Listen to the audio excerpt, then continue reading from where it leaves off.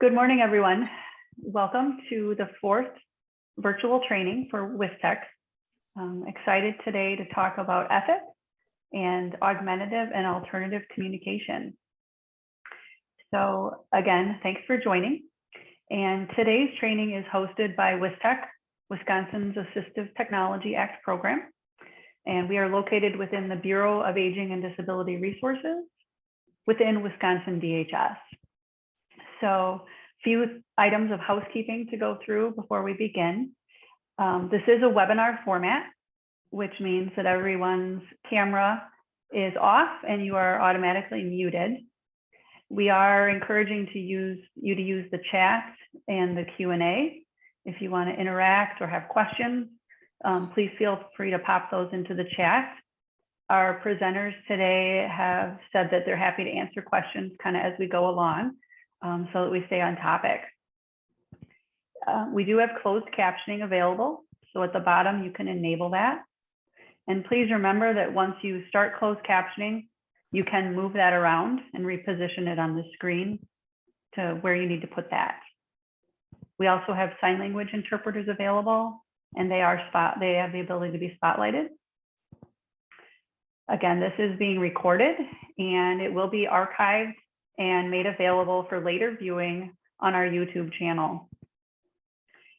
Please watch for a survey that you will get in your email box tomorrow.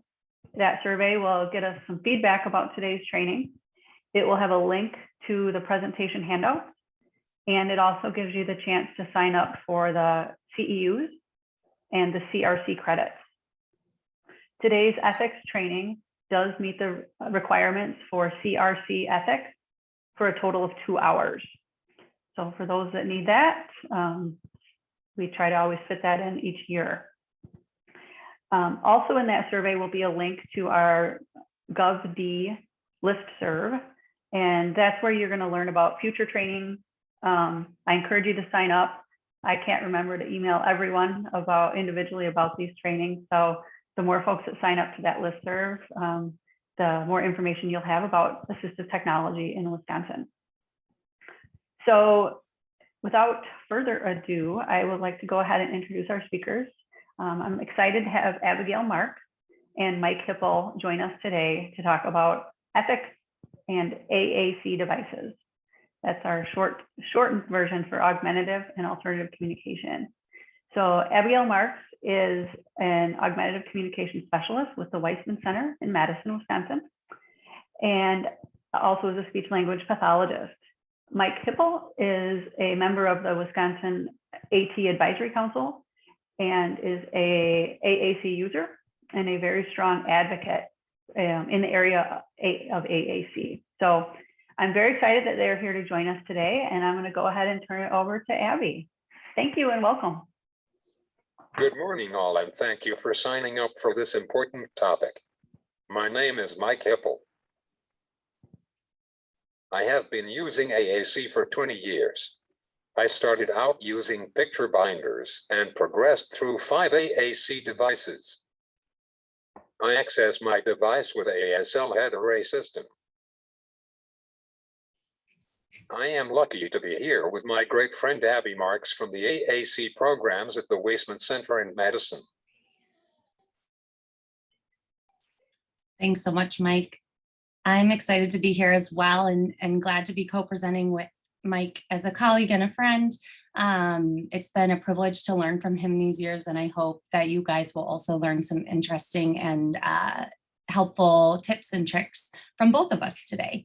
Mike did also include, I'm sorry I didn't get it on the slide, but he also is a member of many different advocacy organizations, including several related to augmentative communication, like the USAC and ISAC, which are national and international societies.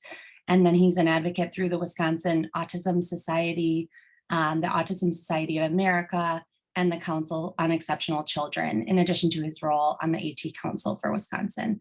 And so I'm really excited to be here. As Laura said, I'm a speech language pathologist, and my role at the Waisman Center primarily or entirely focuses on augmentative and alternative communication. And so I'm excited to be talking today about some of the ethical considerations that we need to think about related to AAC. So the learning objectives for today are to help everyone be able to describe some contemporary issues or considerations that impact ethical communication with AAC.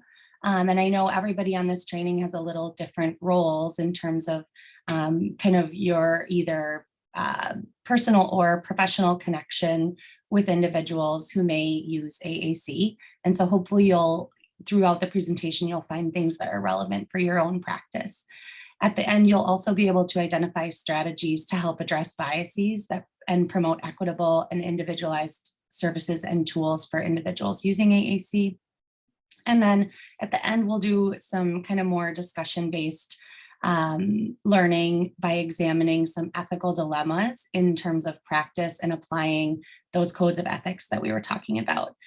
So in order to address these learning objectives, the agenda for today includes kind of talking about some general ethical considerations for AAC, how to work with clients from diverse backgrounds using AAC, evidence-based practices related to assessment and intervention. And I know there aren't a ton of speech language pathologists on here, but I think we'll talk more about kind of interprofessional practice and the team approaches and how these ethical considerations are applicable to everyone. I have included some information from the specific codes of ethics for speech language pathology and the CRC, and then we'll do that case-based learning. All right, so to get started, I'm going to turn it over to Mike to talk a little bit about the Communication Bill of Rights and how that relates to ethics.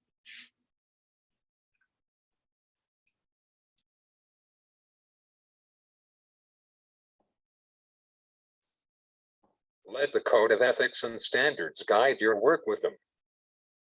Ethics and standards are important to me as a man who is getting support services and as assistive technology professional working with communicators and families.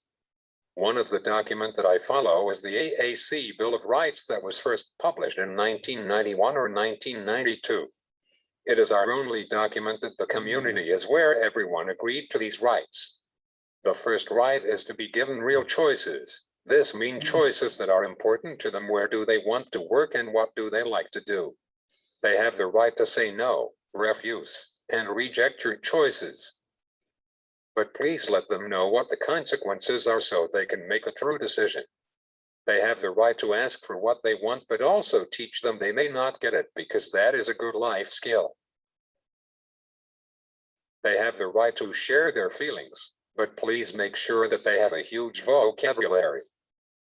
They have the right to be heard and listened to. This one meant a lot to me in my teenage years, to know that I was valued as a human. They have the right to ask for and get attention.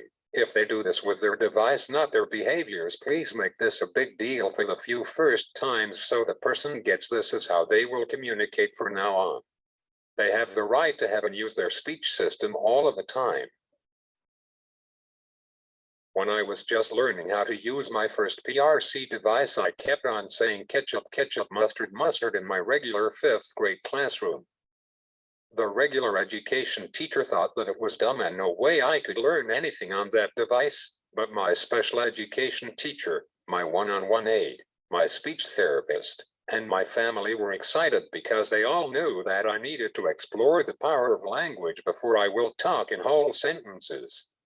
Sometimes clients will drive you crazy with repeating words you might think about taking their device, but do not, because repeating is so key in language. They have the right to ask about their schedule and the world.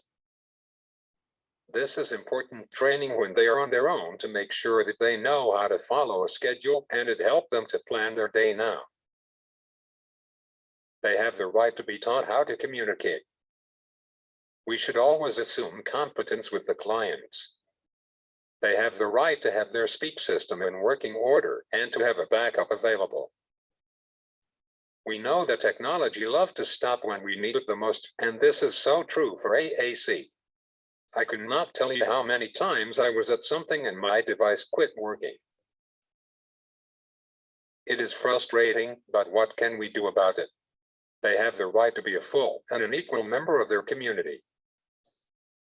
They are human first, then second always come their disability. They can do anything they want to do. It is our job to help them.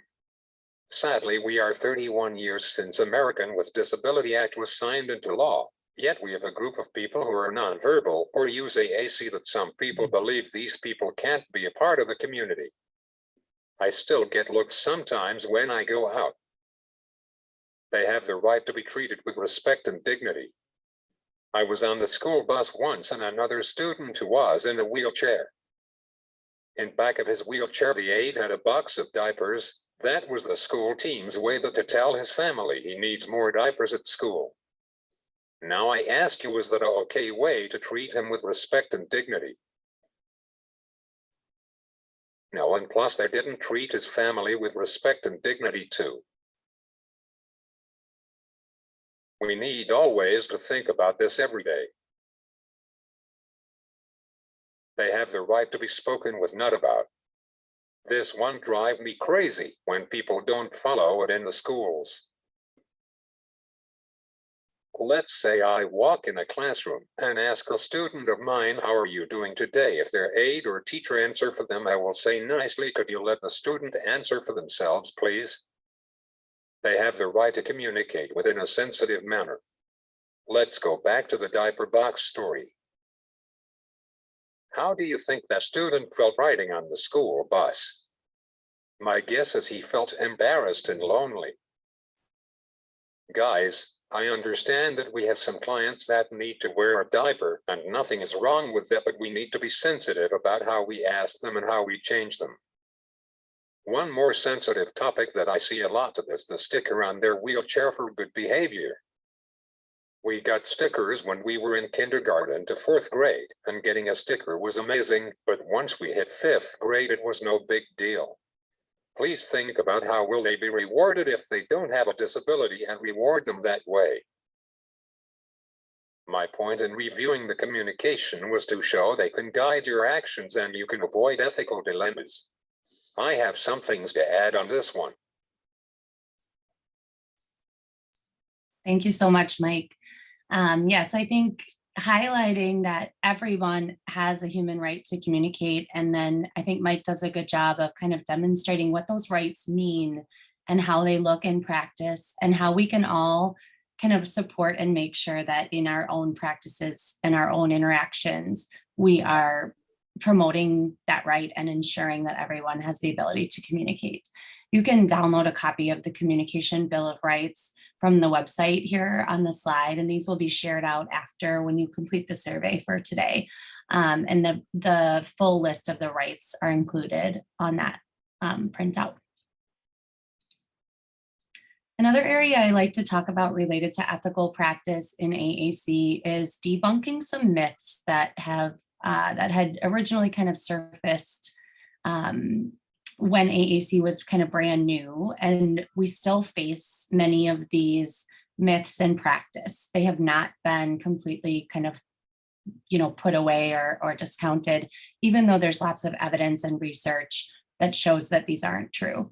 And so I won't go through this whole chart on here, but just to highlight a couple of the things that are important to remember are that we never want to think of AAC as a last resort and that you only use it once speech has failed. And what's important to think about with that is you may be working with an individual who can speak or has some speech, but that speech may be limited in terms of intelligibility. It's hard for people who aren't familiar to understand that speech, or they may only be able to say a limited number of words or phrases.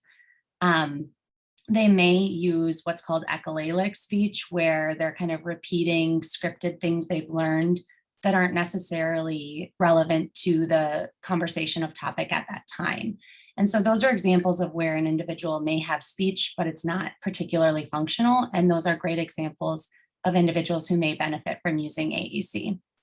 And then related to that, there's a lot of question and concern, often from parents of young children, that using AAC will lead them to stop talking at all. And that's a myth that's been proven over and over that it's not true. If a child can use speech, they will. And if they can't meet all of their needs using speech, having alternatives that help reduce frustration will actually increase their social participation, support their language development, their social development, and just, support them to have that quality of life and that right to communicate. And so I think those are kind of the key important ones I think about when you're introducing AAC to someone new.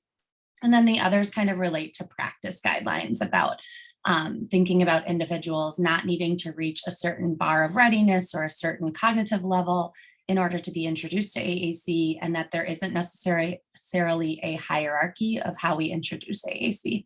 So there are references here if you want to read more, or I'm also happy to share kind of more family-friendly resources if you have questions about how to talk to people about these myths. Okay. Another important consideration in the practice of AAC is kind of making sure that we're also giving people multiple opportunities and ways to communicate. And so ethical practice in AAC really does require our attention to and respect for the different ways that individuals communicate. And so when we think about ways that we might all communicate, this first column that talks about no technology needed, most of us use these strategies to communicate. We use our facial expression and our body language to communicate how we're feeling or give some social cues. We might gesture or point or look towards things and in order to give additional cues and communication. And then of course, no technology is needed to use sign language or speech to communicate, but those are also additional strategies that individuals use. And we want to always be respecting that you don't have to choose just one of these in order to be an effective communicator. In fact, the most effective communicators are people who use multiple modalities. And then when we do think about those people who maybe can't meet their communication needs using speech or signs or some of these other strategies alone, that's when we get into the different augmentative communication systems. And so this slide kind of gives you some examples of what those systems might look like. Low tech is considered, or we call it low tech when it doesn't have any batteries. It's maybe a printed and laminated page or a book or a letter board that an individual can point to or use to express different messages.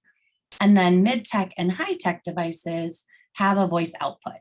So mid-tech would be things like a step-by-step or a Big Mac, where they're kind of a simple button that has a recorded message that the individual can touch or activate with their head or their knee or another body part. And then the high-tech devices are what we call speech generating devices, or SGDs. So you'll hear that SGD throughout this talk. Those are the devices that are similar to a computer or an iPad, where they have a screen and you can activate different messages and words in order to communicate. These devices also offer alternative access strategies. So Mike is controlling his communication device using his headrest. As you saw, he is able to direct a mouse around the screen and activate messages that way. Similarly, individuals may use their eye gaze to look at particular words or messages on the screen, or they may use switches and scanning, where the device scans through and presents options for them to communicate. And the reason I highlight this in this ethics talk is to remind you that there is so much technology out there and it continues to grow and develop over time. And so even if you're working with an individual who has very significant vision or hearing or motor needs, that doesn't mean that they are excluded from the ability to communicate. And we'll talk more about kind of what the evaluation and identifying communication strategies looks like for those individuals. Okay. Related to that, we also always want to be thinking about how we're supporting individuals and offering them opportunities to use their AAC or their assistive technology to support their communication over other platforms. And I do see there's a question. I'm just going to answer that real quick. Judy, the acronym is SGD, and it stands for Speech Generating Device. No problem. Cool. And so when we think about those devices, they should allow for individuals to communicate over distance communication, like phone calls or texting. They should allow individuals to write to communicate. And then thinking about, especially after the pandemic, how much more we use video connections like Zoom and WebEx or social media to connect with each other.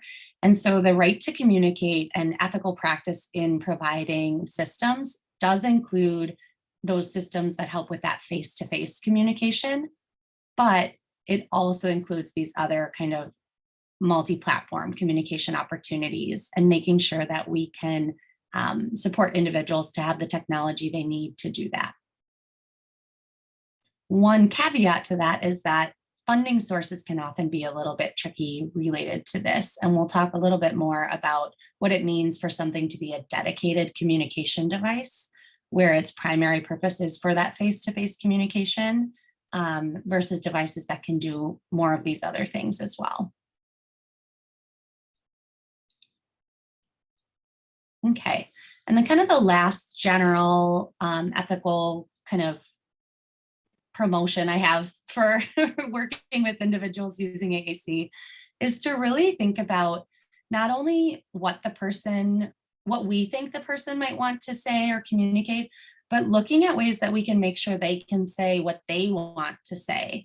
We need to always be thinking about authorship in augmentative communication and ensuring that the message is truly that individual's message and they can communicate what they want to say, they can say it how they want to say it, and they can use the words that they want to use. So we're not imparting the specific words we think are appropriate, but we're really teaching them and offering them opportunity to use the words they want to use.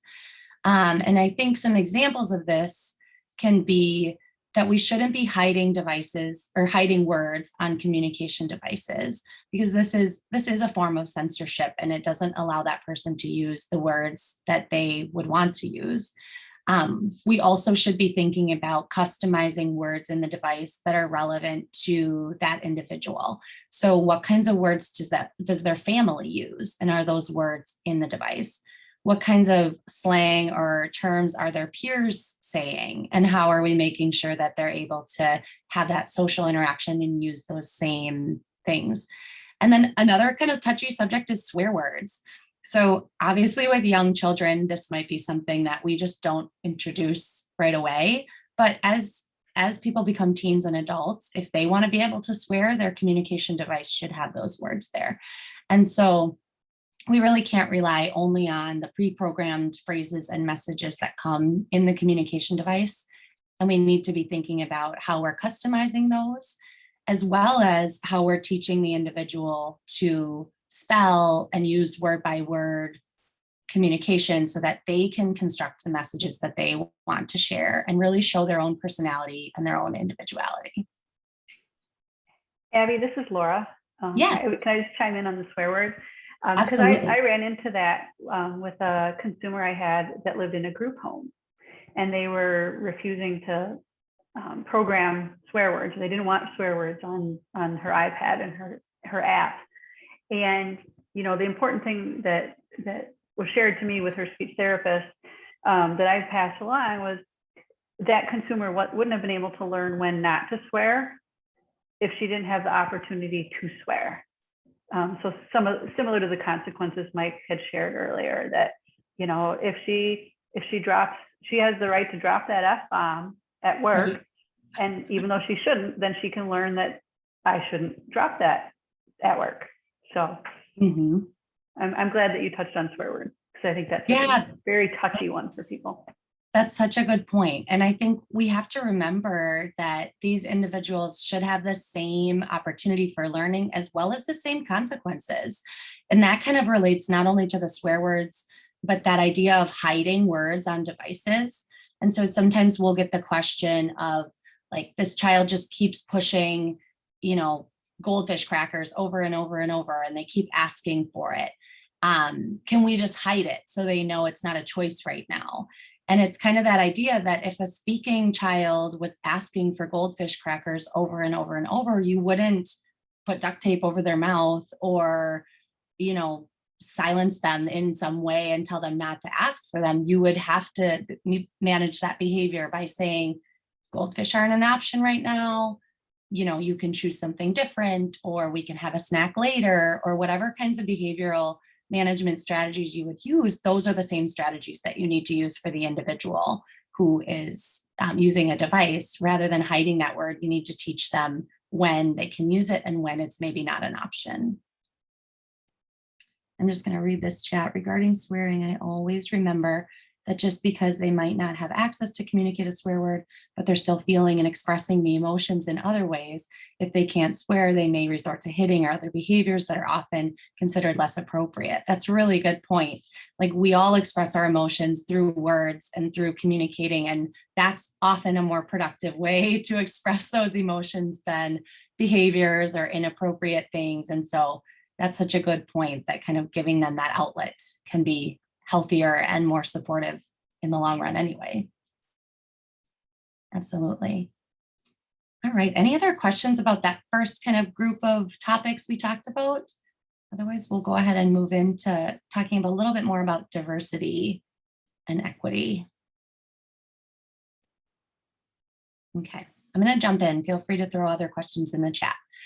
So as we think about our world becoming more diverse, and that includes identity and culture kind of becoming more diverse, we're also learning more every day about how we need to be competent and equitable in our service provision to individuals who are different than ourselves, or different than kind of maybe the other clients that we work with, or the other family members we have, or things like that. And so we'll talk a little bit more about kind of what that can look like in terms of augmentative communication. So in order to provide culturally and linguistically competent AAC supports, we really need to think about our own biases and kind of address those head on. And I think it's hard. If we knew it was a bias, we of course would be trying to make a change to it. And so it does take concentrated effort and thought on our parts to be open to conversations about what barriers exist, how we break those barriers down, making sure we're increasing the quality and access to the essential services and AAC tools that an individual might need. And so one of the most important things to think about for augmentative communication is really respecting that individuality, the authorship of messages, and the identity of the person who's using the device. And that includes, it's not limited to race and ethnicity in terms of identity, but also what's their disability identity, or their gender identity, or their sexual identity. And are we making sure that we're creating respectful relationships with those clients and their families, and then also creating augmentative communication systems that reflect that person's identities and allow them to be who they are and share that with the world. And so we're always really looking at how we can support that basic essential human right that Mike talked about at the very beginning, ensuring that everyone can communicate how they want to and what they need to.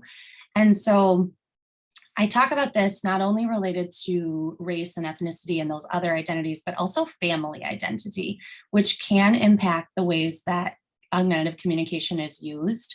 And so if you're working with an individual or a family member who maybe doesn't agree that the person needs augmentative communication, or doesn't understand kind of how that is supportive, that's one of those things where you really want to work through and help support them to understand why it's helpful, while also respecting what their cultural background is and their understanding of communication and kind of the ways they see their family member or themselves communicating, so that we're really respecting that.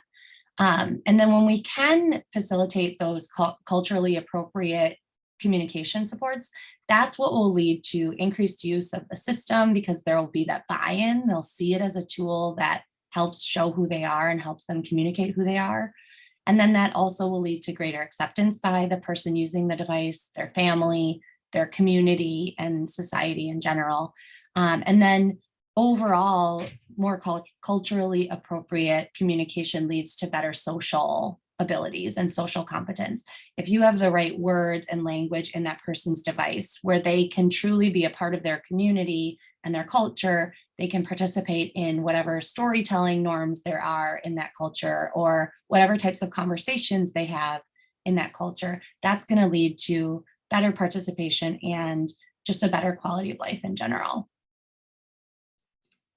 So ways that augmentative communication supports your devices can help support that identity and how we respect it, and also how we represent it, have increased a lot over time, which is great. There's more recognition of, varieties in terms of people's race, ethnicity, their language, their gender and sexuality, their disability. All of those different identities are better represented. And so as professionals, one of the things we can help do is determine what devices really offer those most supportive things for that, to represent that person. So some examples on here are that most communication devices now offer bilingual options. And so if the person doesn't only speak English, we should certainly be looking for and selecting a device that they can use with all of the languages they speak, so that they can communicate with their family and friends who use those other languages as well. We also should be thinking about how the device respects the types of vocabulary and language that that person uses to describe themselves. And one example of that is kind of the idea of person first versus identity first language. And so we think about, some individuals prefer to be called a person who has autism. They're a person first, and autism is a part of their identity, but not kind of what they want represented first. On the flip side, some individuals do prefer that identity first language, where they might be called an autistic individual, where the disability term is first, and then you're recognizing that that's a part of who they are and a part of their neurodevelopment, and kind of making sure that the person is represented in the way they want to be represented. Other options on communication devices that help individualize them are the voices. And so not only are there man, woman, and child voices available on communication devices, now there are even some nuanced options, like you can see on this list, you can be the bad guy, which is, he actually kind of sounds like Will Arnett as the Lego Batman. If you've ever heard him, he uses that like deep kind of raspy voice. And so the person can choose to kind of move between voices that represent who they are and their personality, and their, maybe even just like their attitude or their feelings for that day. And it really gives the opportunity to help them use a device in a way that represents themselves. And then the final kind of option I have on here listed is that devices are becoming better and better about creating symbols that represent people of different ages, people of different gender or sexual orientations, people's personalities, kind of their skin tone, kind of whatever helps that person feel like the symbols, those picture symbols like these on their device, are truly representing them versus kind of a generic symbol. And so that's not perfect yet, but it's coming along in terms of the options that are available, which is great. Danette says, I really like giving the individual the option of which comes first. And I totally agree. I think none of us can decide for someone else what type of language they want used to describe who they are. And so asking and finding out from them what they prefer is kind of the best way to respect and support that, for sure. Okay. So along with kind of thinking about the diversity in our world, we also have to think about that sometimes that creates disparities or inequities for individuals accessing the world in general, but in this case, augmentative communication. And so this slide has a chart from an article that's a little bit older, but I still include it because I think some of these issues still persist, and the onus is still on us to try to move away from these disparities and inequities and make sure that every individual has access to assistive technology and augmentative communication in ways that support them to communicate based on their own individuality. And so some of the examples here are systemic barriers. So things in our community and in our world that make it harder for certain individuals to access communication systems or assistive technology in general, as well as cultural barriers that can create issues for that person. So one example is like unwillingness to request assistance. And so thinking about individuals who may not know where to look for those supports, or they may not know that they can ask for those supports. And how can we we as a community make sure that we're reaching those individuals, we're giving them the supports they need while respecting their choice for, kind of how they want to access those supports. All right. So any other questions before we move in? I'll give the chat a second here. Otherwise, we're going to start moving into talking about evidence-based practice in AAC. And I tried to keep this general as an informational section that even if you're not a speech language pathologist or another professional who is helping do the AAC evaluations or services, I'm hoping this will just help kind of build your knowledge and your understanding of kind of why decisions are made the way they are, and then how you can be an advocate to make sure that appropriate service is being provided to the individuals you work with, or to your family members, or people you're supporting. Okay. So we'll talk a little bit more. These couple slides kind of go together, so I'll be kind of bouncing back and forth and referencing these terms. But there was a move in our field years ago to presume competence with individuals who need AAC. And the idea behind this is a well-intentioned term, presume competence. It's a well-intentioned term that emerged in order to counter inappropriate models of service delivery, where there were these ideas that somebody needed to reach a certain cognitive level or a certain readiness level in order to be eligible for AAC. And so this term came about to say that's not true. You don't need to have a certain cognitive level. You don't need to have a certain readiness level. All humans are born ready to communicate, and we just need to find the right tools and the right strategies to open that up and allow for that. And so presuming competence was a way to promote the idea that you should start introducing communication strategies to anyone, regardless of their level, regardless of their cognition, regardless of how they might be using those systems initially. The danger with this, though, is that presuming competence can lead to selecting communication devices inappropriately without really completing a feature match and making sure we're getting the right device. And we'll talk more about what feature matching is. But the presuming competence movement can sometimes lead to like just throwing communication tools at a person and just getting things, getting things all around them. And although that is more helpful than doing nothing, it can also lead to tools that maybe aren't appropriate for that person. And maybe they can't access them, or they can't use them, or can't understand them. And we also know that just putting a tool in front of a person doesn't mean they will automatically be able to use it. And so there was kind of this danger that presuming competence meant we're just going to give you a tool and hope for the best. So instead, this term has now kind of been changed to presuming potential. And the idea here is that we want to keep all of those ideals that every individual can communicate, every individual has the potential, but we have to give them the opportunity first. And we have to give them chances to learn and supports for them to understand what those tools are. And so presuming potential kind of shifts the idea towards like response to intervention and creating opportunity. And how do we teach that individual to use those devices or those systems versus just putting them in front of them? So hopefully that kind of makes sense.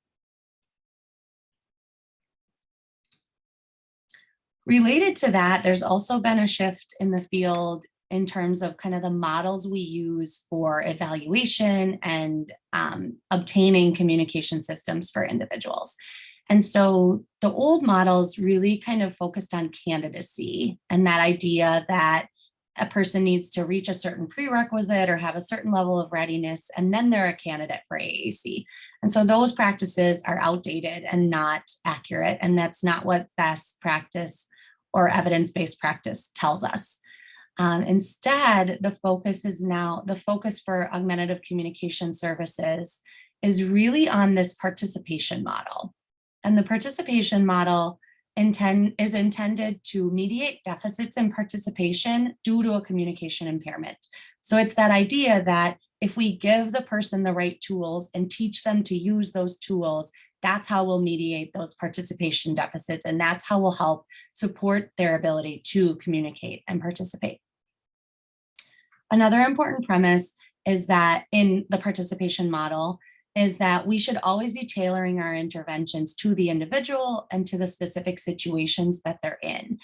And this is the idea that augmentative communication won't work the same way in every single situation with every single partner.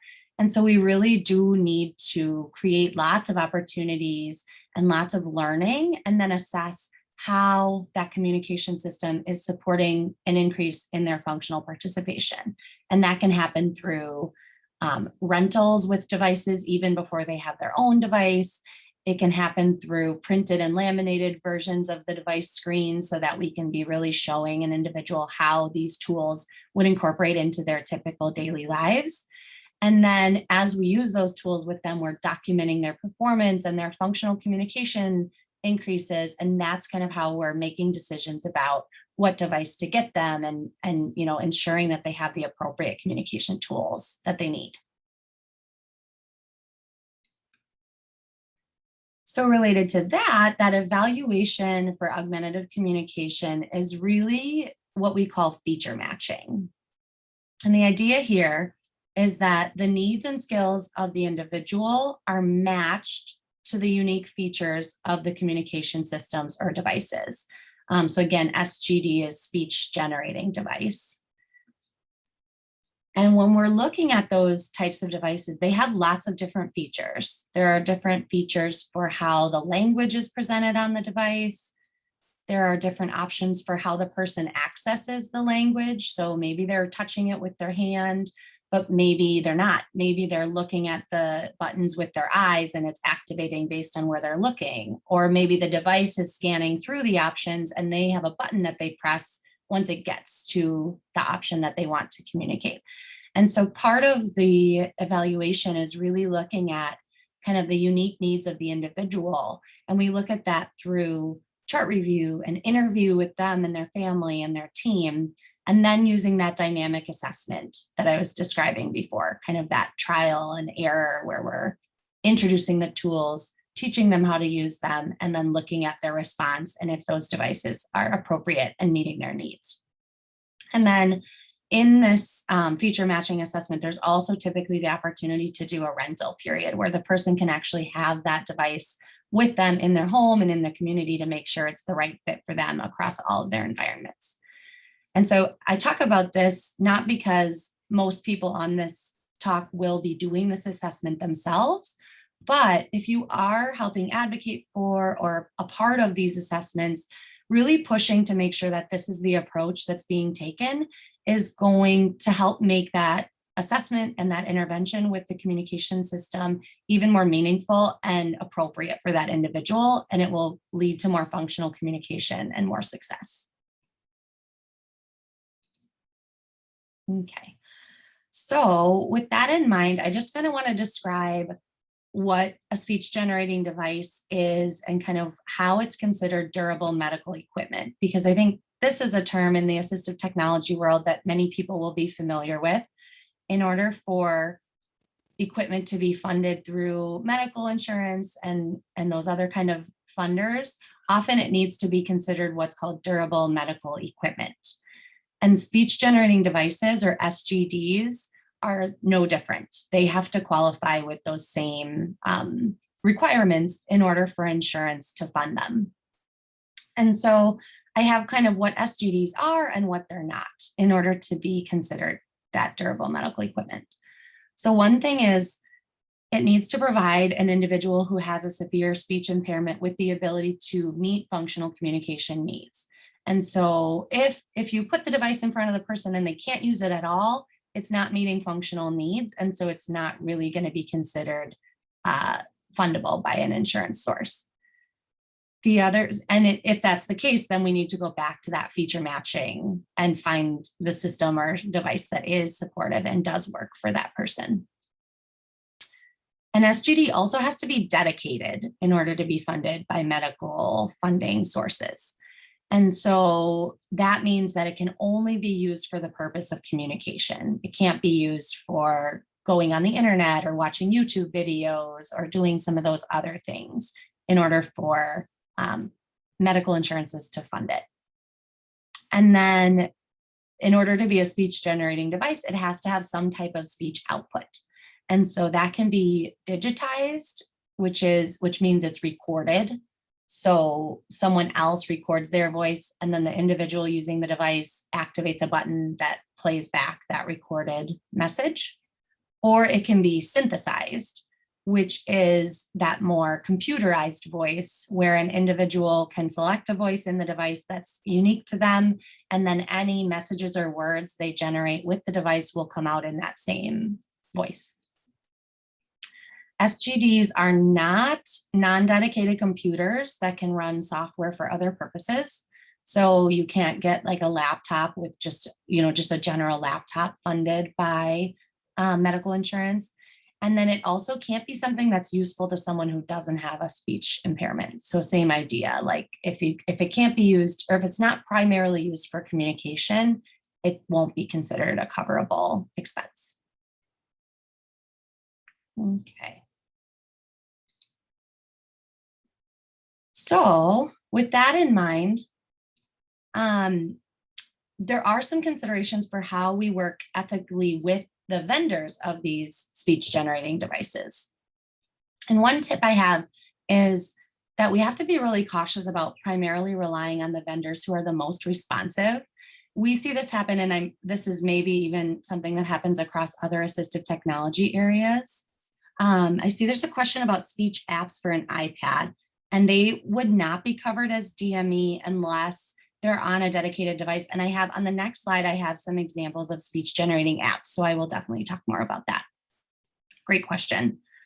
So one thing you have to keep in mind when you're working with vendors is that there are different vendors in each state for the different companies that sell augmentative communication devices, as I'm sure is the case for other assistive technology. Sometimes the vendor that's in your area or in your state may live right near your area. And so they can come out and they can meet with you and they can show you devices and they can do those kinds of things. Other vendors maybe live in like northern Wisconsin, or if you're in northern Wisconsin and they live in southern Wisconsin and they're farther away and might not be able to be as responsive. And so regardless of that being the case, we can't let the person who's the most responsive then be the main person we go to for recommendations or purchase of equipment. We have to always go back to that idea of feature matching and identifying the communication system that's the most appropriate for the individual, and then working to get that system for them. There's also a question about the responsibility to cover the cost and maintenance of devices. And I do have another slide about that too, Tanya, so I will talk about that for sure. You guys have great questions. I love this. So another thing to think about when you're working with speech generating device vendors is that it's typically required that not required, but recommended. Not all funding sources require it, but many do. And regardless of if it's required, it's recommended that you try at least 3 different communication systems in that feature matching kind of process to make sure that you're getting the best match for the individual. And ethically, that allows you to really make sure that you're not making a recommendation for something that isn't going to get used, or it's going to turn out to not be a good fit for that person and it won't actually meet their needs. But sometimes what will happen is the vendor might have 3 different devices themselves, and they might bring all 3 of those devices to show you or try with the individual. And that doesn't really, we don't consider that to really count as a full feature match, because the communication vendors typically use the same software and the same language features on all of their devices. And so if there's an individual who some devices have more word-based language where you touch single words and you build sentences one by one. Some devices have more phrase and sentence-based language where a single button, you touch a single button and an entire message comes out or entire sentence comes out. And people's learning styles and the ways they need to communicate help determine which one of those is going to be the best for them or what combination of the two is the best for them. And so if you only trial devices from an individual company, you're only trying language options that fit into one of those categories. And you're not necessarily, really doing that assessment and finding the best option for the individual. And so we wouldn't really consider that ethical practice to kind of make a recommendation based on just that assessment or just that single vendor's devices. Another tip for any SLPs who are on the call. So in order for a device to be funded by insurances, typically the recommendation has to be made by a licensed speech language pathologist. And so one thing that I've seen happen that I would really encourage you to never do is sign a report that's been written by someone else. And this can happen when a well-meaning vendor or a well-meaning device company says, this person can really benefit from this device. Here's the report that explains why. All you have to do is sign it and turn it in. They're well-intentioned and they're trying to get communication supports into the hands of people that need them. But you as the speech language pathologist are responsible kind of for the outcome of that device placement then. And so by signing a report for someone that you maybe never seen use that device or you don't agree that it's the best device for them, that can be not only unethical in terms of your own practice, but it could be detrimental to that person because it's stopping them from getting what they really should be getting. And so I would recommend never doing that. And related to that, if you are in a situation, whether you're a speech language pathologist or someone else working with an individual who's using AAC, if you're in a situation where you don't agree that the device is working for that person or that it's a good fit for that person, it always makes sense to ask for another opinion or ask for additional support. And that might be through the team you're working with for that individual. It might be through the WisTech program or through our program at the Waisman Center, but reach out to people if you're not sure. And the community of AAC supporters we want people to get communication systems in their hands, but we want them to be the right systems. And so we would be always very happy to help with that process. Okay, so thinking about speech generating apps, that was a great question from Charlene. There are communication apps available for iPads. One kind of ethical consideration related to these is that you have to kind of use caution when you're choosing these apps. And so thinking back to that feature matching and evaluation process, we really need to be doing that, whether it's a speech generating device that's a dedicated communication device, or if it's an app on an iPad. Apps, because they're more readily available and they're easier to create kind of as technology advances, there are some apps that are well-meaning, but they have not necessarily been created by communication specialists or by vendors who have that background in how to organize language in a communication device, how to make sure it's as efficient as possible, and how to make sure it has the right features to really support the individuals using it. So apps on this list, I'm not saying that these are bad apps. I'm not saying these apps should not be used. What I am saying is that apps on this side have been created by companies who have been making communication devices for years. And so they really have that background in the research and in evidence-based supports for how individuals using AAC can best access the language. These apps, Mike, I'll come to you in just one second. These apps over here do have some great features, and they certainly may be appropriate for individuals that you work with. You just have to use some caution in terms of how you're implementing them. One example is the Go Talk Now app. it doesn't always have pre-made pages in it. Often you have to create the pages from scratch yourself. And so if you think about an app that comes with lots of language already there, and the ways it's organized, that will take less work and less decision-making by the team in order to set it up appropriately for that individual. Where the Go Talk Now app has some pre-created pages, but often you're making a lot of it from scratch. That's similar for the sounding board one here, and I think for Cough Drop as well. So that's just a way to give some examples of how to make decisions about communication apps. And then the question in the chat was whether or not these apps and iPads can be covered as DME or durable medical equipment. So an iPad, a regular iPad that you purchase like from Apple or Best Buy, and then you put an app on it cannot be funded by insurance. It's not considered durable medical equipment.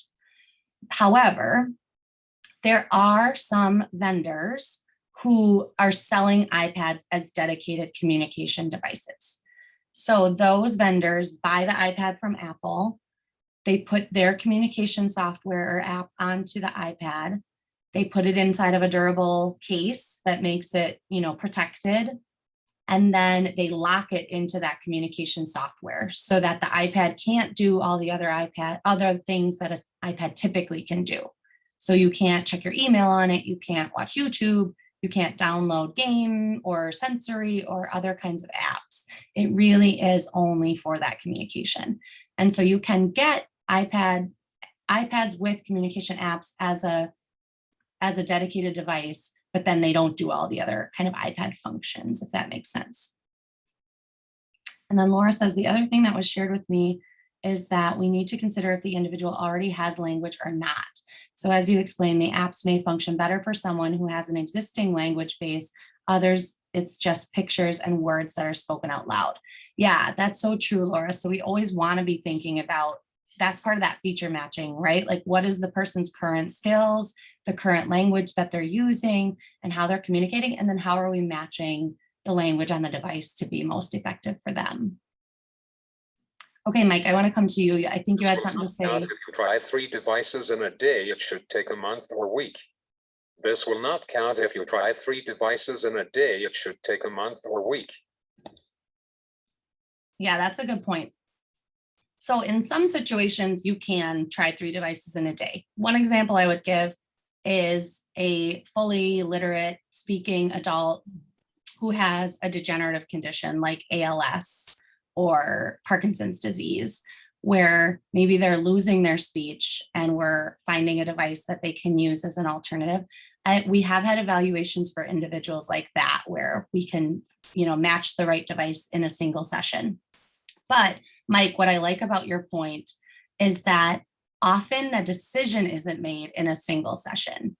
Typically, after you match the device, you do that rental period where you get the device in your home, in the community for at least 4 weeks, so that you can really confirm, like, does this work for me? Can it be positioned right when I'm out in the community? Can I have it, let's say I have a wheelchair tray and I work on my wheelchair tray. Can I have the device somewhere where I can still do my work and access my communication? Or for students, can I use the device in the classroom and out on the playground and in all those places?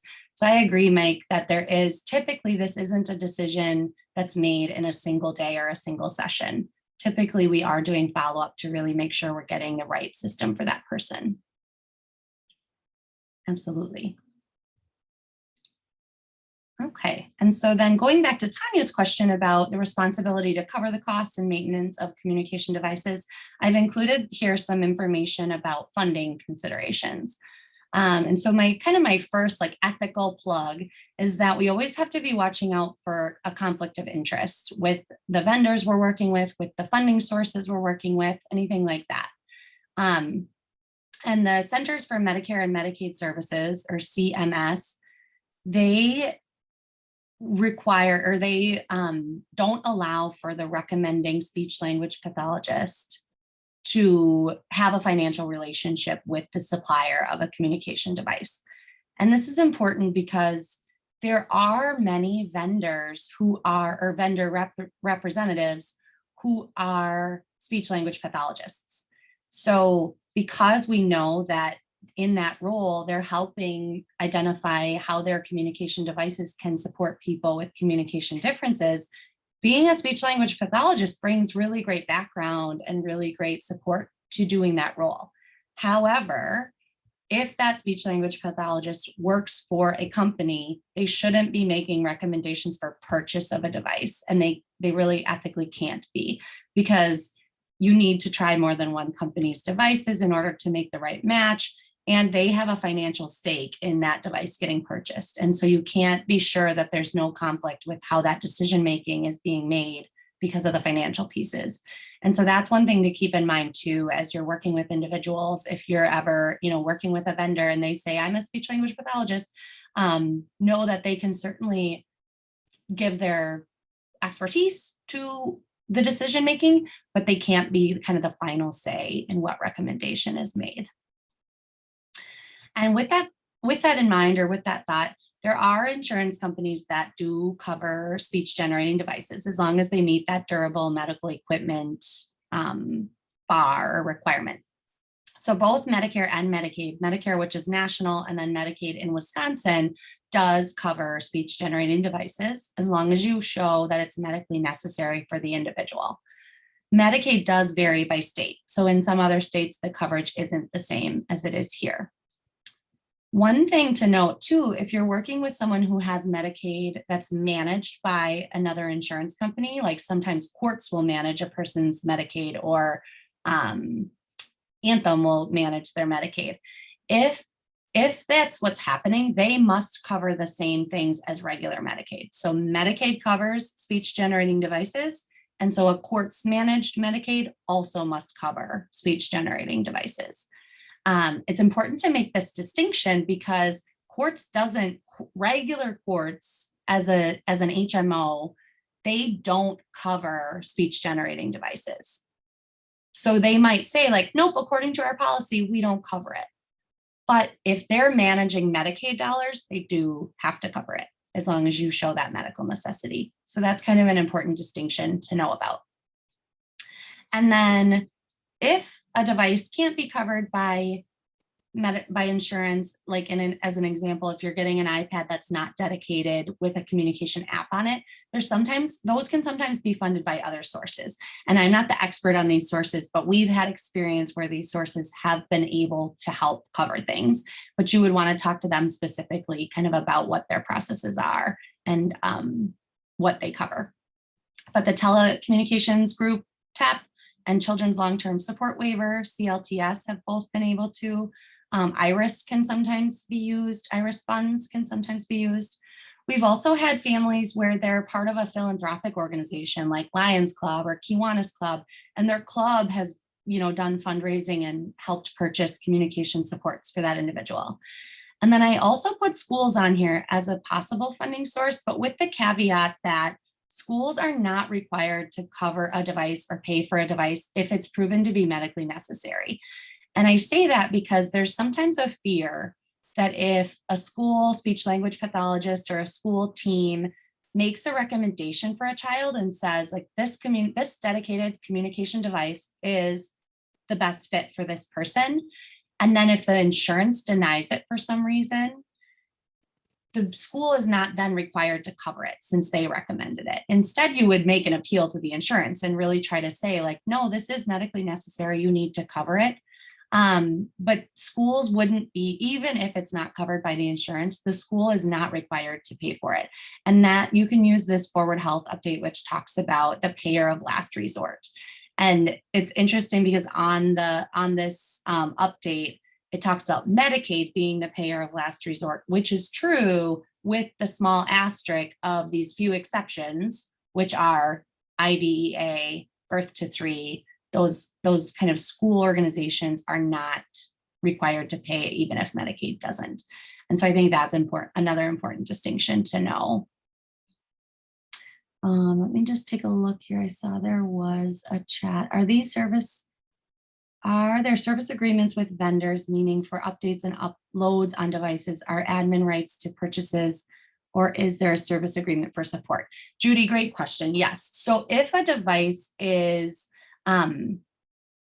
is covered by insurance and it comes from an SGD vendor, there is support for those devices. And most of them come with a warranty as well. So usually there's like a 3 or 4 year warranty where if the device is broken, the company will repair it with no questions asked.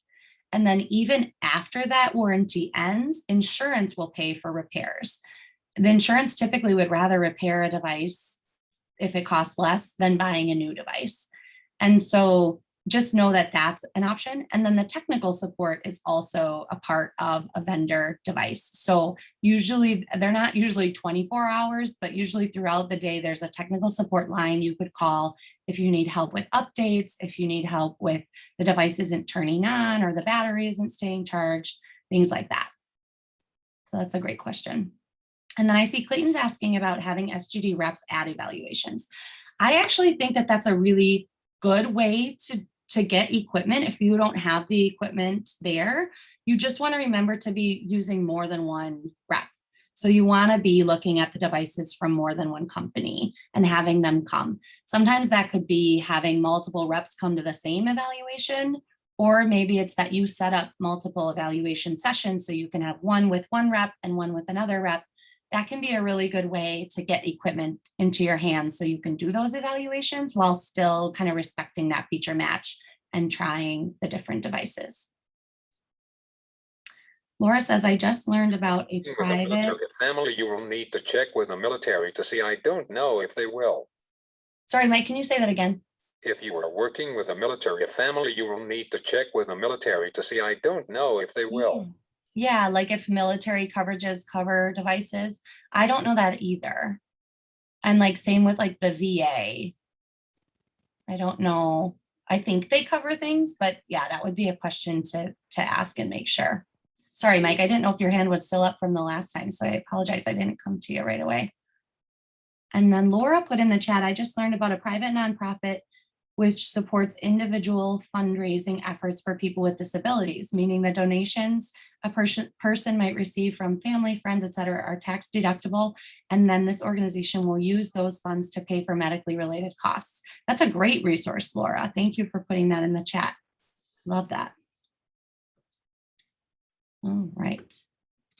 So a couple more things related to AAC, ethical AAC practice. One thing we have to keep in mind is how we maintain the integrity of the language system.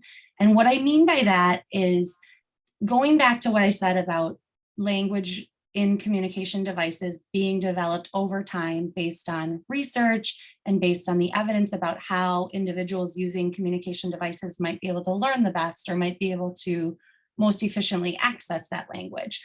The decisions about those page sets have been made for a reason. And so we want to be able to customize communication devices because that allows to make them more individualized to the user's preferences, to their communication style, to represent their personality, all of those things. And then in turn, having it be more individualized helps make it more motivating and more, socially engaging for that person to have a device that really represents who they are. But this customizability can kind of be a little bit of a double-edged sword because we have to be careful about how we customize and program those systems so that we ensure that the changes we're making are still maintaining the intent of how the language was organized and how it's presented to that individual. And so one example of this is some communication devices are built on what are called motor planning principles. And in those devices, the symbols are organized in a way where certain words are positioned in certain places, and those places repeat themselves throughout the system, so that if the individual learns the button for more is in the upper right corner of the screen, and if more appears on other pages, it will always appear in the upper right corner of the screen. Or if they learn, if I want to say, I want to go to the movies, and they learn, I want to go to the movies, and they kind of get that pattern or that sequence down, they can expect that that repeated motor pattern will always get them that same phrase or that same message. And so that's an example of where you wouldn't want to be moving buttons around on the screens in that system, because that will impact that motor pattern or that motor planning that the individual is learning through that system, as one example of how we have to be cautious in terms of customizing and programming the buttons. My best advice with this would be, if you want to make changes to a communication system and you're not sure how or what to change, talk to the vendor or talk to your speech language pathologist, and they can help you kind of differentiate the features of that system that really need to stay the way they are because they're part of the language structure that makes that system what it is, versus what things are kind of fair game to be changing and moving and things like that. Almost all communication systems have the option to take photos and put like pictures of real people onto the buttons for those people, and program social messages that are important for that person to be able to quickly communicate. You just kind of want to make sure you're thinking about where you're putting that in the page set and how it's kind of integrated into the language system. Okay. And then kind of the last slide in this section is I want to address some unethical practices in AAC in terms of the current kind of evidence-based and best practice.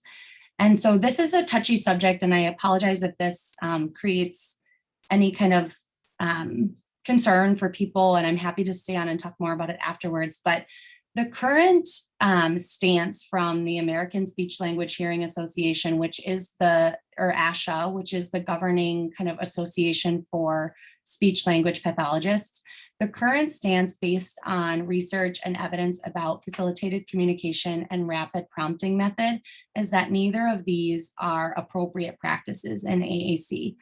When research has been done to confirm the authorship or kind of who is making those messages, it's been confirmed over and over that it's not necessarily, it can't be guaranteed that those messages are the individual's message.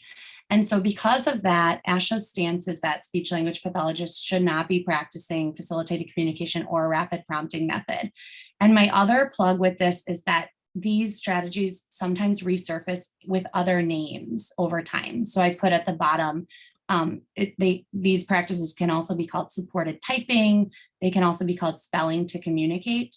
And so I think you just have to be really careful about if these strategies are being used, kind of who is the author and who is the person expressing this.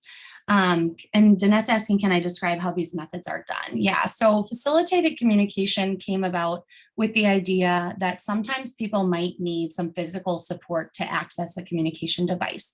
So sometimes what that can look like is if the individual is using their hand to access the device, another individual is supporting them under their hand or under their elbow or at their arm or shoulder. And they're using physical assistance to help that person use the communication device. That's not to say we never use physical assistance to support somebody when they're learning to use a communication device. However, if we're using physical assistance, we're not counting that as independent communication, and we're not counting that as being the person's own message. We're counting that as being modeling and teaching and a learning opportunity, but then we're giving them an opportunity to also try to use those same messages and those same phrases independently.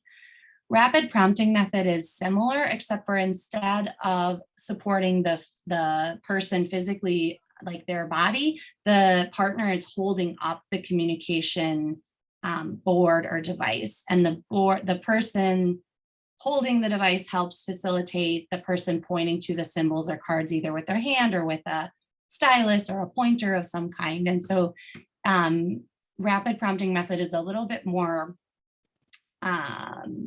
it's hard to differentiate, because sometimes we might hold something up for an individual just because that's how it's positioned the best.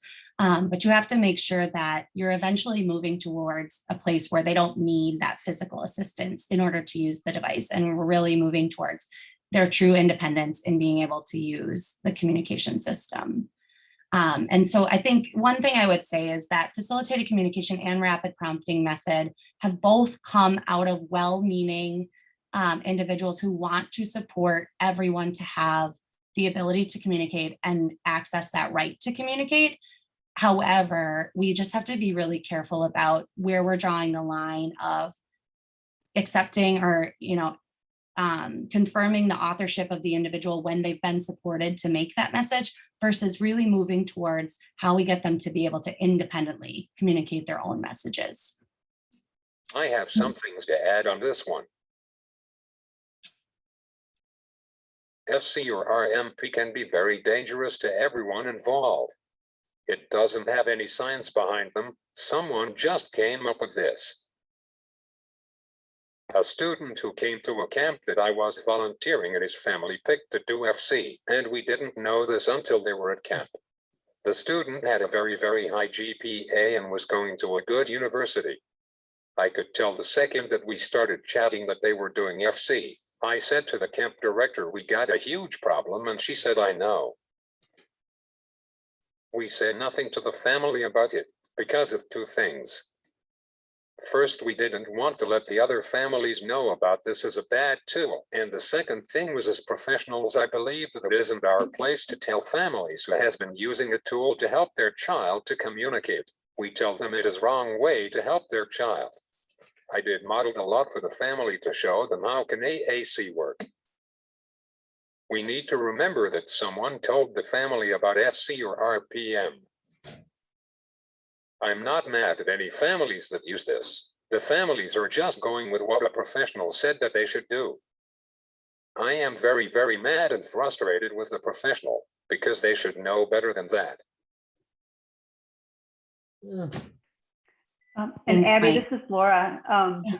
That's a great example Mike shared. I was involved actually with a university that had a student in a counseling program who entered the program, enrolled, and was starting her first practicums, practice counseling, etc. The student was using facilitated communication. And so it became a huge ethical dilemma within that department, because providing counseling and who is that communication coming from?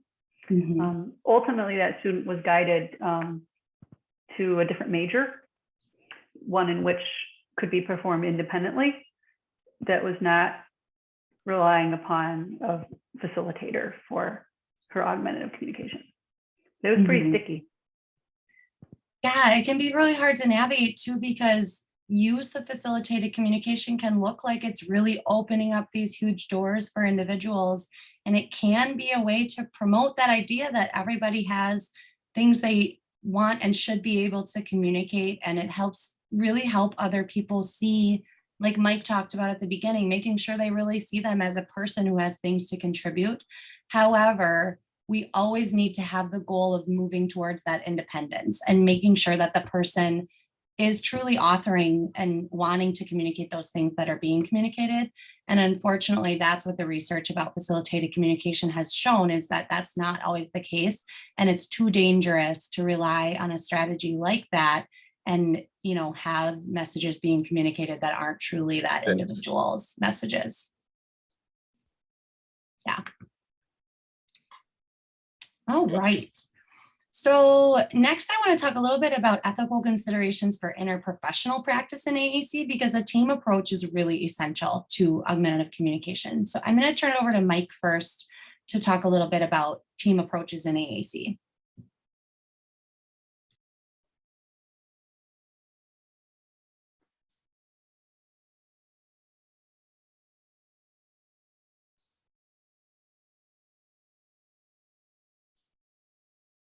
Alternative communication or assistive technology field is a field of many, many different professionals. It isn't just a speech therapist or an assistive technology specialist.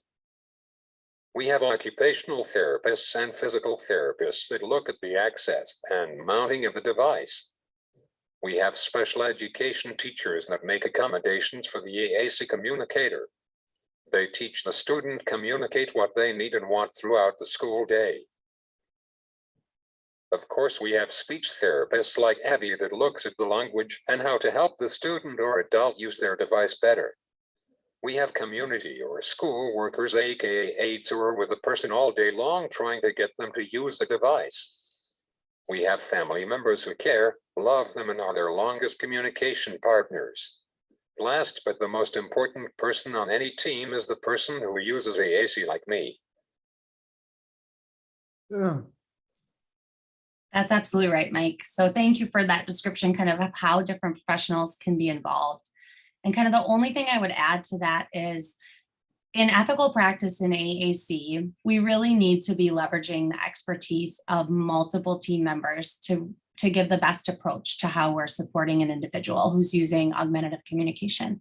And so, thinking about the speech language pathologists, they have the expertise in language and interaction and social communication. And typically they may or may not have the most expertise in the actual communication device, or that could be an assistive technologist who has that expertise. You want to involve OT and PT related to how they're accessing the communication device, their seating and positioning and mobility related to having their communication available to them throughout the day, no matter what position they're in or where they're moving.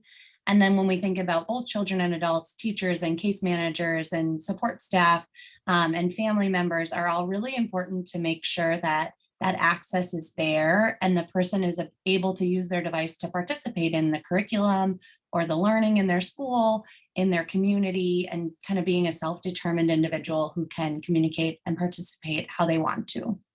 And then, like Mike said, the most important part of the team is the individual and their family member, because they have the most expertise about their communication skills, their needs, their preferences, and their personality, and how those things are represented through their communication. With that in mind, kind of some of the team roles that we think about for AAC is that it's everyone's job or everyone's role to help facilitate and educate and encourage the person who's using the device to use it throughout the day, but also to encourage others around them about how they can interact with and be supportive of that individual.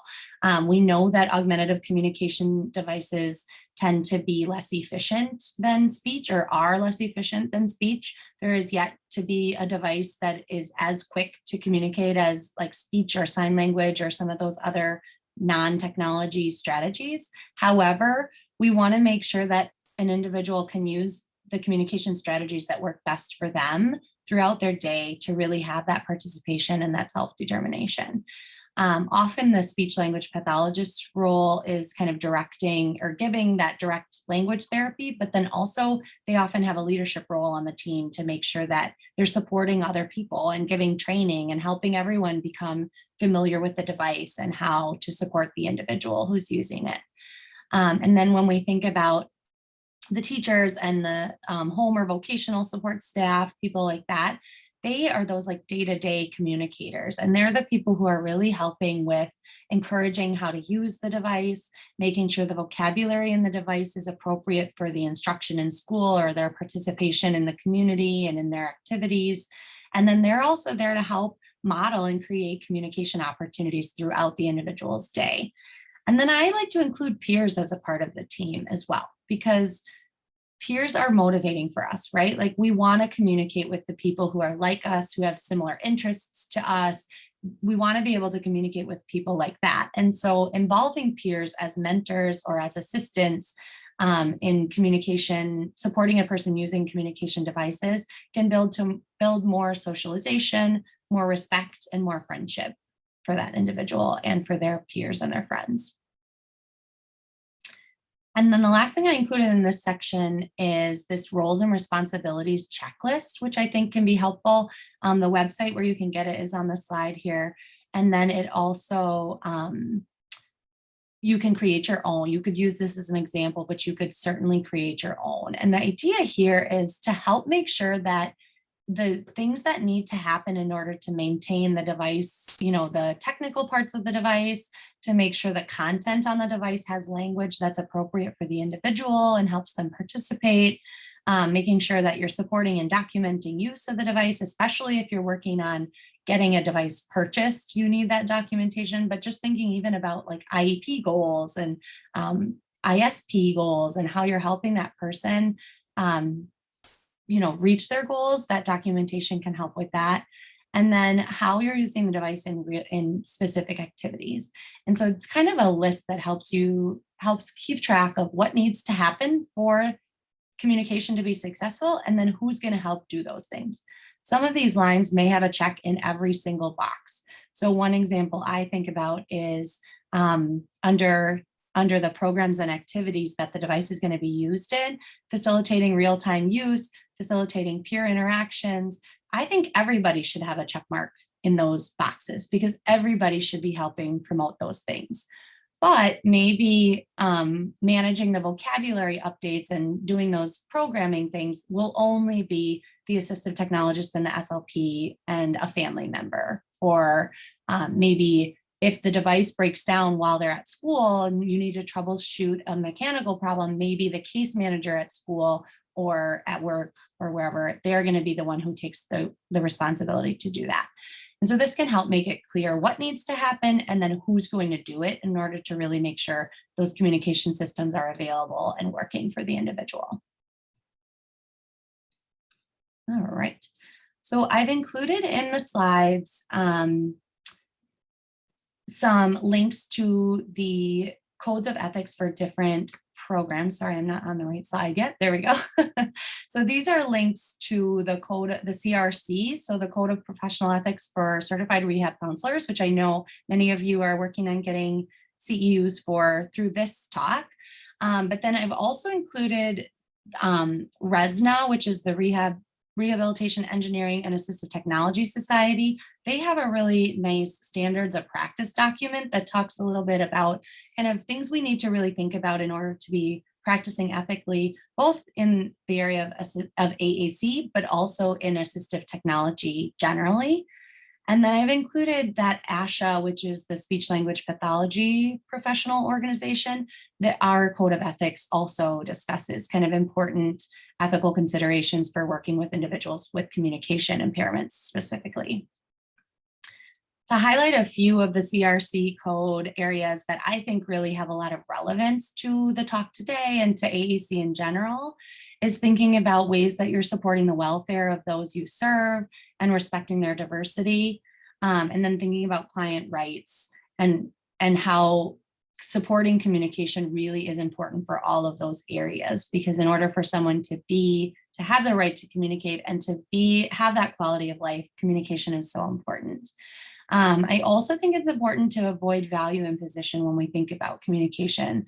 And that relates to that feature matching idea where we're really looking at the skills of the individual and their needs and matching the system versus imposing our own thoughts about what that should look like. And then even thinking about like facilitated communication and rapid prompting method and making sure that we are looking at the evidence and we're basing our practice on best practices versus our own opinions about what may or may not be appropriate. I also think augmentative communication helps in some of these other areas of advocacy and accessibility. Obviously, being able to access a device helps you communicate in ways you may not be able to without it, and it helps you be an advocate for yourself. So I think my interpretation of these may not be exactly spot on for how the code is written, but these are some of the areas that I think are most relevant when we think about the CRC code and how it's relevant to AAC. All right, so I have been talking at you for a long time. And so I'd like to move on to kind of some more hands-on discussion now for kind of the remainder of the session. And so what I've done is I've put together some, these are fictitious cases, I made these up, but I kind of put together a couple of cases that we can talk about in terms of ethical dilemmas and what might be some of the pitfalls or concerns that could arise related to these cases. So I'll put the case up and I'll read through it.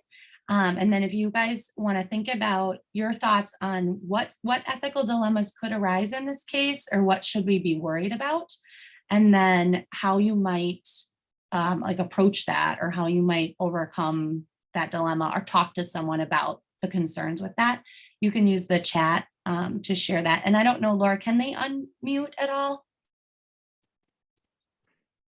This is Laura. They would need to raise their hand to do that. We can unmute people if they would like.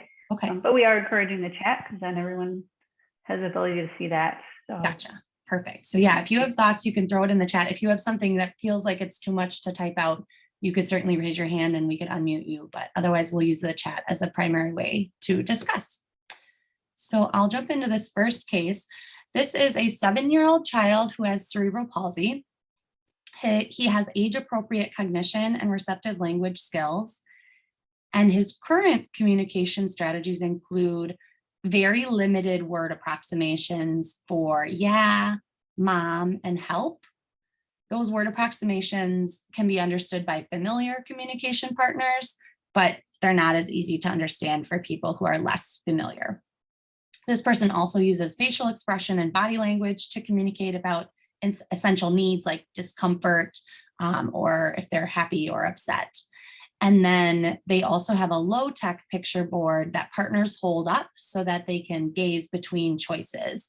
And so a partner has to present that board to them, but as long as someone is there, they could look at pictures that way. The dilemma here is that their insurance has denied funding a speech generating device, stating that the individual seems to be working on their verbal speech, and then the other means of communication they're using seem to be meeting their basic communication needs. So why would they need a device in addition to those? So I'll give you guys a couple of minutes to think, and then if you want to throw some comments in the chat about your thoughts on why this could be problematic.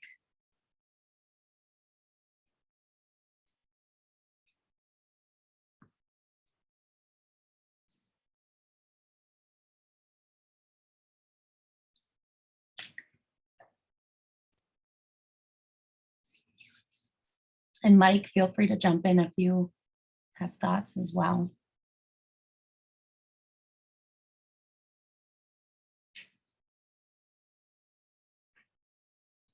And this is Laura, and I know not everyone in here is a speech therapist, but you could also think about this from your role you currently serve. So if you're, you know, an OT or PT, or you're working even in long-term care, you can kind of switch the age a little bit. Or if you're at an independent living center and that parent came to you. So looks like we do have one comment in there already. So I'll let you go ahead and read that, Abby, if you want. Okay. Perfect. So Lindsay says the child is only able to communicate on a very limited basis with persons they're familiar with, which is extraordinarily limiting. Yeah, I agree, Lindsay. So one issue here is that idea of supporting the right to communication across environments, across partners, and this person probably doesn't really have access to that.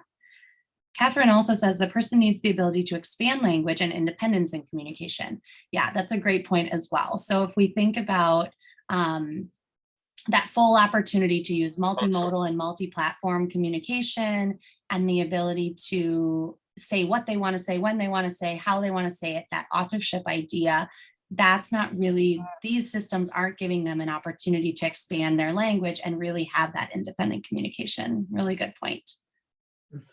And then Judy says, I have to step out. Oh, sorry, Judy. Thanks for being here.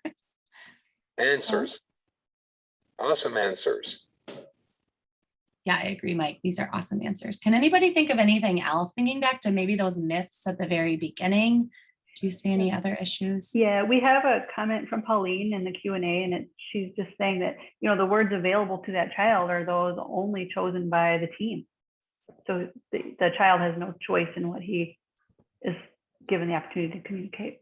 Yep, 100%. By them holding up symbols or presenting options, if they don't have the right option there, that person has no way to communicate those. David says offering insurance evidence that access to communication builds use of communication. Yeah, I think you're right, David. The next step needs to be that the team needs to put in an appeal and explain why these practices aren't appropriate or ethical, and that denying the device isn't appropriate. Denise says if there's a denial from insurance for services and is seeking or preparing for work, and if this would be needed, a vocational program may step in if appropriate. Yeah, I think that's such a good point. And Danette is saying something similar, that an appeal would be in order. The individual may be working on speech, but that's not where she or he is right now. He's not communicating independently. Yeah, so Danette, I really like your point too about even if the person is working on speech, A 7-year-old doesn't only say 3 words. A 7-year-old doesn't only use the words yeah, mom, and help throughout their day. And so this goes back to that myth of needing to choose between speech or AAC, or the idea that using AAC as a last resort only if all these other communication strategies fail. And that's just not, it's not appropriate, and it's not giving this child the opportunity for that independence. Brooklyn says basic communication skills need to be worked on to increase language and communication skills to be more developmentally functional and age appropriate versus basic, thus the need for the SGD. Yeah, you guys are spot on. So we can't really lead this person to independent and robust communication using the strategies that are here. They need access to that communication device that offers language development. Go ahead, Mike. Always.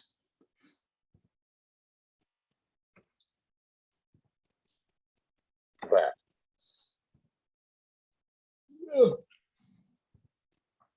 They are.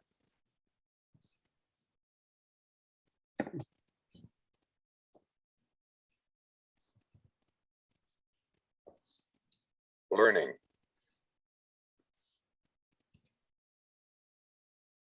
L. Language.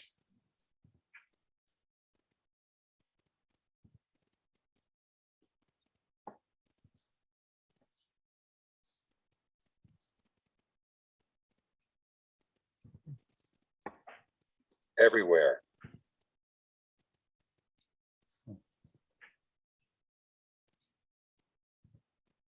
Every day. We need to remember always that they are learning language everywhere, every day. Yeah, great point, Mike. And I think that goes back to that, like, presuming potential, right? In the beginning, that we have to give them those opportunities, and they're absorbing and learning language throughout their day. And we need to have communication systems that allow them to then learn and participate and use language meaningfully in those interactions throughout their day. Awesome. You guys, I think you've hit on everything I thought of for this case. Well done. So I do have a second, I actually have 2 more, so and we have a little time, so we'll keep going, but I do want to leave some time for questions too. So we'll go through these 2, and if we get close to that noon mark, maybe we won't do the last one. But case 2 is, oh, I see Denise said she had a client that used a letterboard, which became a struggle for independence. Yeah, really thinking about, are these tools, it's not wrong to use a tool that a person can't use totally independently, but how do we also then grow that towards that independence should always be in our mind, for sure. So case 2 is a teenager with autism who uses minimally functional verbal language. This person benefits from visual supports for their behavior, their schedule, transitions, things like that. Their current communication includes that their verbal communication is mostly echolalia or scripts that they've kind of learned, and they're not always relevant to the situation that they're in. The person also uses a picture exchange communication system, or PECS, which is a low text picture card system that focuses mostly on requesting. So they exchange a symbol to get something that they want. And then this person also has a few power signs that they can use for essential needs or wants, like saying more or all done, signing more or all done, asking to wait or take a break. Often those signs are mostly used by partners around them to give them cues to wait or if they need a break. However, the person does sometimes use those. And then they also have a please sign that they will frequently use for like quick requests, but it's hard for people to know what exactly they're asking for when they use that sign, because they don't have other kind of signs or necessarily ways to say what they're asking for. And then the dilemma here is that the school district is stating that they only use Proloquo2Go, the communication app Proloquo2Go, in their district, and anyone who needs a device in the district uses that one. And they have a customized page set that has academic topics to help kids participate and complete assignments in school. They can provide the device at school, but it doesn't get sent home for the individual. So what kinds of things do you see as ethical issues with this case?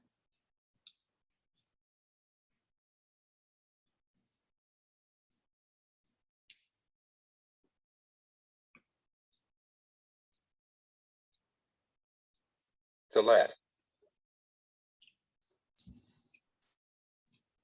So I see Tanya, Mike, you can, well, you keep getting your message ready. I'll just read a couple of the chats and then you can let me know when you're ready to go.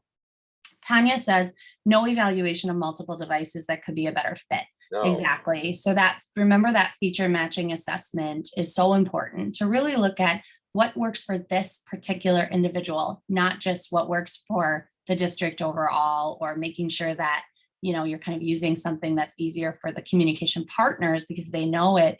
That's not best practice in terms of what's best for the individual. Catherine says pre-programming may not cover all communication needs, even at school. Yeah, exactly. It's okay to create customized pages that help with participation and meeting academic needs to communicate about those things, but only having those things available isn't giving the person the opportunity to communicate about everything they might need to, for sure. Oh. Tanya says the offered device is only available at school, not across multiple environments. Yeah. And so if this person has medical necessity for a communication device at school, they have that same necessity across their other environments. And so what hopefully would happen is instead of giving them a device they can only use at school, we would work through the process to get them a device that's funded by their insurance that they can take home and use in the community and use across all their environments. Okay. And then Rhonda says, the IEP may need to be reviewed and changed to discuss and integrate communication tools for the individual that work for him or her. Yeah, that's right. So the IEP is meant to be a document that helps guide what happens in schools, and it's individualized in terms of their education needs. And so I think updating the IEP to reflect what's needed is an important piece here as well. David says preserving authorship. There doesn't seem to have the choice to communicate what they want. Yeah, or what they need to. Exactly. If that page set only has academic language for school, we're not giving them that opportunity to say what they want to say. Yep. And this is Laura, and we've got and Carla shares that if the kid is not able to take the device home, he will not be able to practice and use the device to get proficient. And communication is everywhere and every day. And I had shared with sarcasm that, yeah, no student, students never talk about anything non-school related while at school. Right. Yeah. Right. And they never want to talk about what happened at school when they go home. No, not at all. Such a good point. And I think the other thing to keep in mind is that even if the school makes that recommendation to get a funded device through insurance, and if the insurance denies it, school's not required to pay for it. So there isn't kind of that, hopefully that will free them up from a fear that would be, a situation they let everyone know the app was made up by, I think, a special education teacher or an occupational therapist. Yeah, I think the Proloquo to Go app was developed by I'm not sure what the background of the individual was. I think one of the people that helped develop it may be a parent of an individual who has a disability. And then they worked with other people to kind of develop the app. And it certainly has some good features, but how can we know that those features are right for this person without that evaluation? Right. And this is Lauren. I actually sat through when they first launched it, like an all-day training at a national conference on it. And you're right, it was developed by a parent who noticed that need for their child, in partnership, obviously, with Assistive Wear. And what's interesting, truth be told, I am a fan of Proloquo to Go for the right person and the right situation, because it did put that tool in the hands of the everyday person. However, the language base and the language components were not added until years later. So to begin with, it literally was pictures and words, and it was really up to the user to place it all together. And then only later did they start to recognize that's a verb, that's a noun, and add in, they made that improvement to the app to try to address the gaps in the true language components. Absolutely. Yeah. And I think that's a good point too to think about, Laura, is going back to that idea of maintaining the integrity of the language system as it was intended. And in this example, if they've just made categories for academics, they've totally dismantled how that language was created and organized in that system. And so then the person's not even really getting the benefits of the research and the work that went into developing those page sets in the app, for sure. Denise also made a comment that AT should be viewed as what may be needed for communicating in everyday living. So we don't only communicate in one place, and we need to be able to make that accessible everywhere. This is great, you guys. I think that's everything I was thinking of for this case. So what I want to do is I do have a third case. I'll put it up and then you guys can read through it. And if there are things you can think of, we can put that in the chat, but I also want to open it up for questions. If people have any questions about anything related to today's presentation or other topics about ethics in AAC. So feel free to do both, and we'll be watching the chat.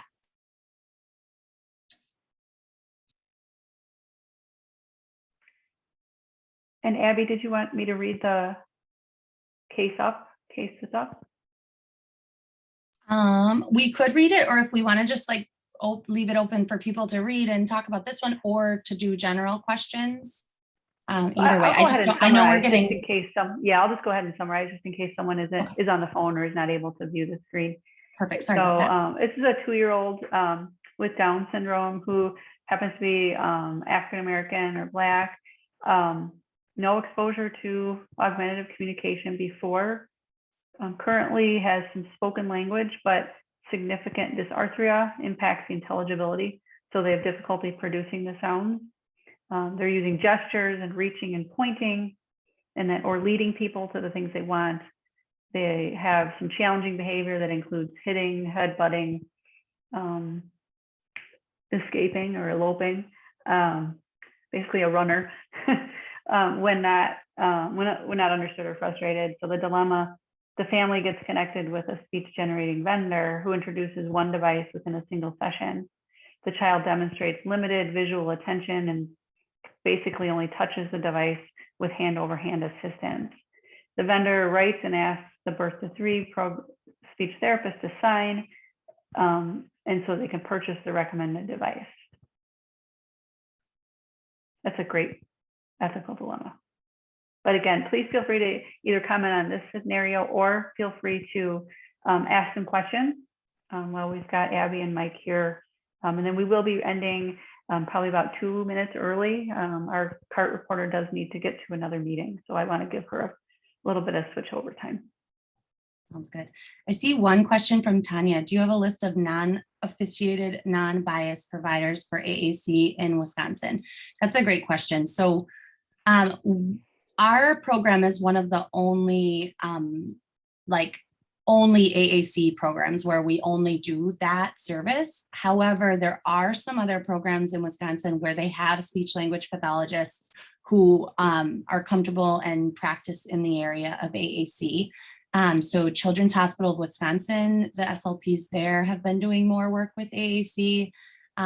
New Berlin Curative has an SLP who has more expertise in AAC, and I know she is taking on many more individuals for therapy and AAC needs. And then another option is because this service is sorely needed across the state and there aren't as many providers, I think, who feel as comfortable or feel like they have as much knowledge in this area, even though speech language pathologists are, any speech language pathologist is able to support this area. We've developed what's called a partnership program. And in this program, the SLPs across the state can reach out to us if they're working with an individual who needs an assessment for augmentative communication. And then we do the evaluation at the beginning, but then we support that speech therapist, that local SLP they're working with, to complete the rental and the purchase recommendation for that individual. And so we have the extensive library of devices and equipment here. And so we can kind of help on the front end to really look at what that feature match, you do that feature matching assessment and help them figure out what the system would be. And then we remotely support them to kind of take it forward from there and complete the other parts of that. So my email will be, I'll put that up actually. I have at the end of the slides some additional references in addition to the ones on the slides themselves. And then I have my contact information here. And if you go to the Waisman website, you can also look and read more about the partnership program on the website. But you're welcome to reach out to us if you would like to learn more about that partnership program or how we can try to help support capacity across the state as well.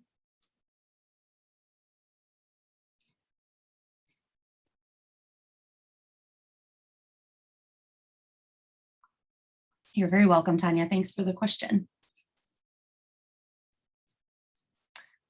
David says the pressure by the vendor to decide now is questionable and the response by the child is not definitive. Other options do not appear to be considered that might be a better fit.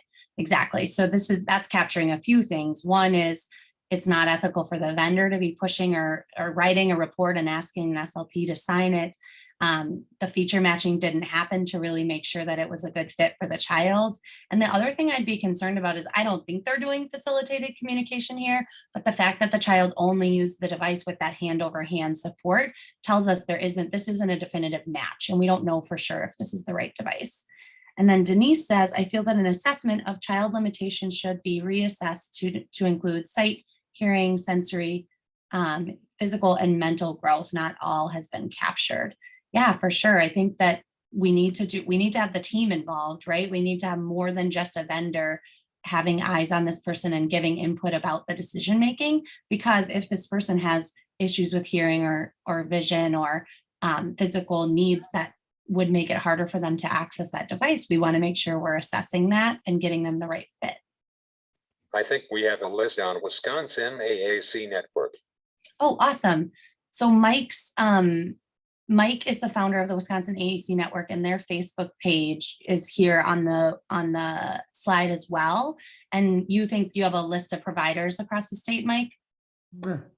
Okay, great. So you could definitely check out the page there to see. And what's the regular website, Mike? Do you have that? Or is the Facebook page the best place to go?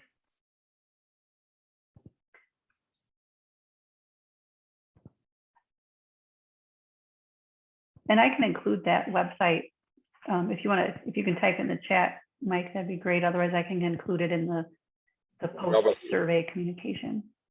Awesome. W.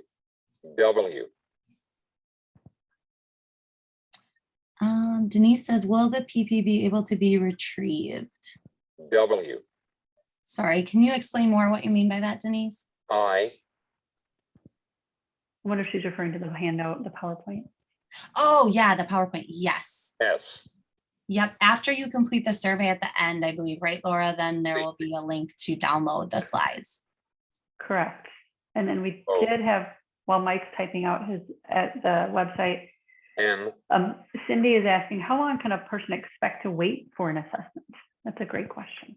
That is a great question. And unfortunately, the answer for our program is that our waiting list is over a year long right now. And it's grown with COVID, which created some barriers to doing as many evaluations as we typically did. But we are back to full capacity, and we're working back up to getting back to kind of where our list was. But we also recognize that waiting a year for communication just isn't appropriate anyway. And that's where that partnership evaluation or partnership program kind of stems from. And so our goal with that program is that typically we can get people within months versus a year. And then we do that evaluation and support the SLP that they're already working with to move things forward more quickly. I don't know what the wait is at other places, so I can't answer that, sorry. WIsconsin AAC Network. Okay, www.wisconsinAACnetwork.com. It's .org, and I'm just pulling it up, and I'll put it in the chat. Oh, perfect. Yep. Thank you. Great. All right. Well, I just want to say a huge thank you, Abby and Mike. I think the information that you have shared today is incredibly valuable. And I appreciate the time and thoroughness of what you guys shared. So I am guessing you will get some contact from some of those in attendance. So again, thank you very much. And just again, to reiterate, the handout will be available as a link within the survey. The survey will go out tomorrow. It's generated by Zoom. And then you'll have an opportunity to indicate in there if you are interested in CRC and CEU credit. You'll have to answer a couple content questions to guarantee that you watched and paid attention. And then the certificates actually go out within, at the latest, they will go out a month after today. So I send them all out in bulk. But anyway, thanks everyone for attending, and hope everyone has a great rest of your week. Thank you.